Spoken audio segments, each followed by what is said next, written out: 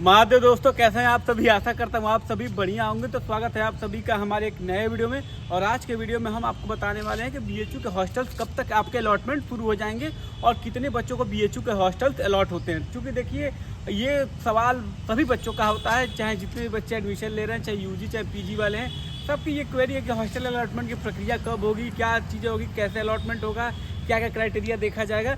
तो वो सब सारी चीज़ें भी मैं सोचा कि एक वीडियो के माध्यम से आपको अपडेट कर देता हूँ, क्योंकि आप लोग काफ़ी ज़्यादा परेशान हो जाते हैं चीज़ों को लेकर ना। तो हालांकि सबसे पहले मैं यूजी की बात कर लेता हूँ। देखिए, जितने भी बच्चे यूजी में पढ़ रहे हैं और जिनको मतलब यूजी में एडमिशन अभी फ़िलहाल लेना है, अभी तो रजिस्ट्रेशन का लिंक खुला हुआ है, तो वो क्या मैं आपको बता दूँ। देखिए, अभी आपको हॉस्टल अलॉटमेंट अभी फ़िलहाल नहीं होगी। हॉस्टल अलॉटमेंट कब होगी? अभी आपका रजिस्ट्रेशन हो रहा है। रजिस्ट्रेशन होने के बाद आप प्रेफरेंस भरोगे, प्रेफरेंस भरने के बाद आपको कोर्स का अलॉटमेंट होगा। कोर्स का अलॉटमेंट होने के बाद आप फीस पेमेंट करोगे। फीस पेमेंट के बाद जब आपकी सीट सिक्योर हो जाएगी, तब जाके आप हॉस्टल के लिए अलॉटमेंट के लिए आप एलिजिबल हो जाओगे। ठीक है, उसी में जब आप भी पहले क्या होता था, जब भी रजिस्ट्रेशन हम लोग करते थे, उसी में पूछता था कि डू यू नीड हॉस्टल, तो आपको यस और नो करना होता था। ठीक है, तो उसमें यस और नो करना होता था। लेकिन अभी वाली रजिस्ट्रेशन में अभी तक मैंने पोर्टल देखा नहीं है कि रजिस्ट्रेशन में क्या पोर्टल की क्या प्रक्रिया है। मेरे फैन जा रहे थे, तो मैं ये बता देता हूँ कि अभी अगर आपका रजिस्ट्रेशन में अगर पूछता है कि do you need hostel, yes और नो का ऑप्शन आएगा, तो आप यस कर दीजिएगा। ठीक है, ताकि आप आगे के लिए एलिजिबल रहेंगे। और यहाँ एक हॉस्टल की लिस्ट निकलती है। ठीक है, उस लिस्ट में जब आप यस किए रहेंगे तभी आपको हॉस्टल मिलेगा। ध्यान दीजिएगा इस बात को कि आपको नो नहीं करना है अगर आपको हॉस्टल लेना है तो। अगर आप नो कर देंगे तो फिर आपको हॉस्टल नहीं मिलेगा। ठीक है, इस बात का विशेष ध्यान दीजिएगा। अब मैं बता देता हूँ कि कितने हॉस्टल्स हैं। देखिए, बीएचयू में लगभग 38,000 बच्चे पढ़ते हैं, 38,000 ओवरऑल मैं बता रहा हूँ। ठीक है, उसमें से 15,000 बच्चों को लगभग हॉस्टल अलॉट हो जाता है। अगर मैं आपको बता देता हूँ कि अगर लड़कों को कितना हॉस्टल अलॉट होता है, लड़कियों को कितना हॉस्टल अलॉट होता है। ठीक, तो अगर मैं लड़कों को मैं बात करूँ तो लगभग 9,115 मेरे पास पूरी लिस्ट है, आप देख सकते हैं, इसमें लिखा हुआ है। ठीक है, 9,115 हॉस्टल लड़कों को अलॉट होता है और लड़कियों को अलॉट होता है 5,240 हॉस्टल। ठीक है, तो ओवरऑल दोनों को जोड़ देंगे तो 9,514,000 के लमसम हो जाएगा। मेरी मैथ थोड़ी सी ख़राब है, आप लोग जोड़ लीजिएगा। ठीक है, लड़कियों के लिए 5,240 है और लड़कों के लिए आपका 9,115। और इसी में बहुत सारे इंटरनेशनल हॉस्टल के भी बच्चे रहते हैं, तो उनको भी हॉस्टल की अलॉटमेंट होती है, जो बाहर के विदेश से जो पढ़ने आते हैं, जैसे नेपाल हो गया, भूटान, बांग्लादेश, ये सब विदेश है, तो हम लोग के लिए मालिक तो इन लोग के लिए 973 सीटें होती हैं। ठीक है, अब टोटल हॉस्टल की अगर मैं बात करता हूँ तो सारे हॉस्टल की लिस्ट होती है कि कौन कौन सा हॉस्टल किसके लिए अलॉट होता है।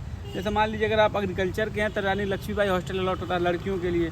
अगर एमएमबी के हैं तो ज्योति कुंज, कीर्ति कुंज, कुंदन देवी, प्रज्ञा कुंज, ये सारा हॉस्टल्स है। मैं पूरा नाम लूँगा ना तो बहुत बड़ा वीडियो हो जाएगा।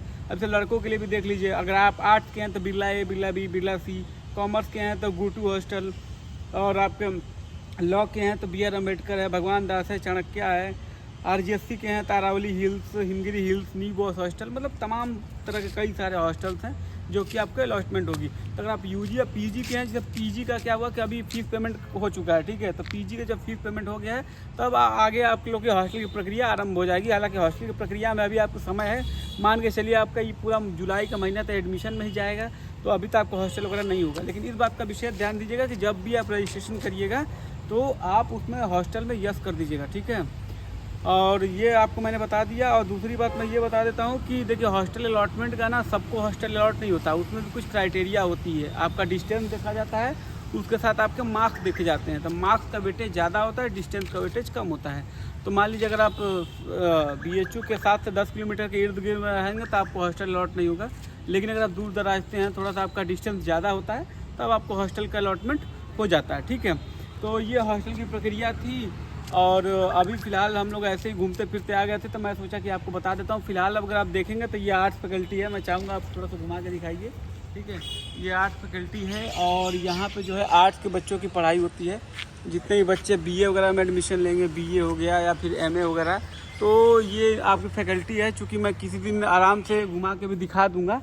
ठीक है, फिलहाल आज तो नहीं, लेकिन आज तो मैं एक हॉस्टल वाली वीडियो बनाना था, तो मैं सोचा कि हॉस्टल वाला आपको जानकारी दे दूं कि फ़िलहाल अभी आप हॉस्टल के लिए परेशान मत होइए, हॉस्टल में अभी आपका समय है। ठीक है, बस आप जब भी आपका काउंसलिंग या जब भी रजिस्ट्रेशन करिएगा तो उसमें पूछता है कि डू यू नीड हॉस्टल, तो उसमें आप यस जरूर कर दीजिएगा। क्योंकि अगर नो कर देंगे तो आप दोबारा चेंज नहीं कर पाएंगे, वो नो ही हो जाएगा और दोबारा से आपको कभी भी हॉस्टल अलॉटमेंट नहीं होगा। ठीक है, ये चीज़ हो गई। अगर आप मैं इधर दिखाऊँ तो ये देखिए तेलुगु विभाग, ये तेलुगु विभाग है, ठीक है। और ये सब सारी चीज़ें, अरे मालिक नीचे नहीं दिखाना है, नीचे मत दिखाओ भाई। हम लोग देखिए घूमते फिरते आ गए थे तो हाफ पैंट पे ही आ गए गाइस, क्योंकि बारिश का दिन है इसलिए हम लोग ऐसे घूम फिर रहे हैं। हालांकि उससे उसका कोई वास्तविक संबंध नहीं है, हम लोग ऐसे कभी नहीं रहते हैं। वो तो बस ऐसे घूमते फिरते, मान लीजिए बारिश का दिन है तो चप्पल वप्पल पहन के आ गए, बेइज्जती हो जी सारे, ऐसे ना देखा जाला, ठीक। तो खैर छोड़िए, ये हॉस्टल की रिक्वायरमेंट थी। बाकी अगले वीडियोस में मैं आपको हॉस्टल भी विजिट करा दूंगा, घुमा दूंगा, डिपार्टमेंट भी घुमा दूंगा, सारा चीज़ें आपको अपडेट मिल जाएगा।